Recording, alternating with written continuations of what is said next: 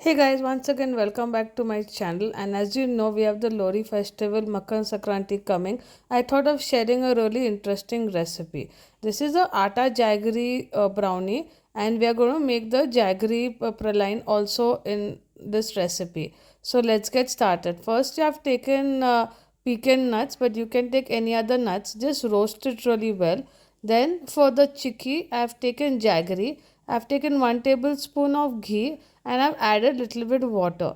So keep mixing this till the jaggery melts really properly, and then after once it's melted, it could become like a thick paste. Don't worry, we'll add a little bit more water and then it will start losing from the sides and again become the same liquidy. Add a pinch of baking powder and keep mixing it. Once if it's around a spatula and it doesn't fall off easily, that means your chikki is almost done.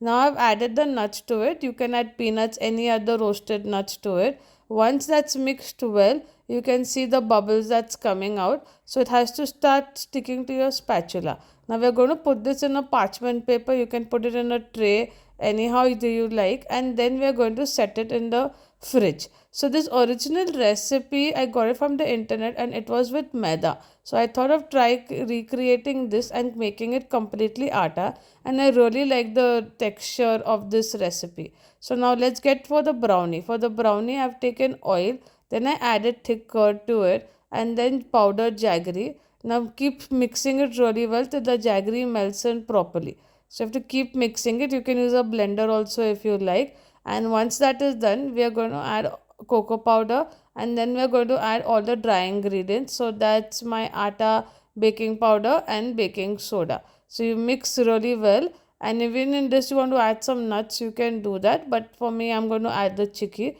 Here I've used the plant-based milk, but you can use any other milk that you like. Again keep mixing it really well till the batter becomes a little thin and it's not very thick. So now we are going to pour this batter into a baking tray.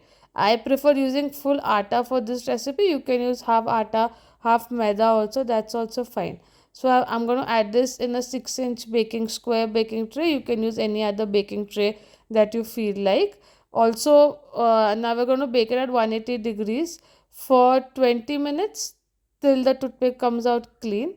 Also don't forget to like and share and subscribe to my channel for more recipes, and also follow me on Instagram. I keep posting a lot of gluten free and healthy recipes. All the link is mentioned in the description.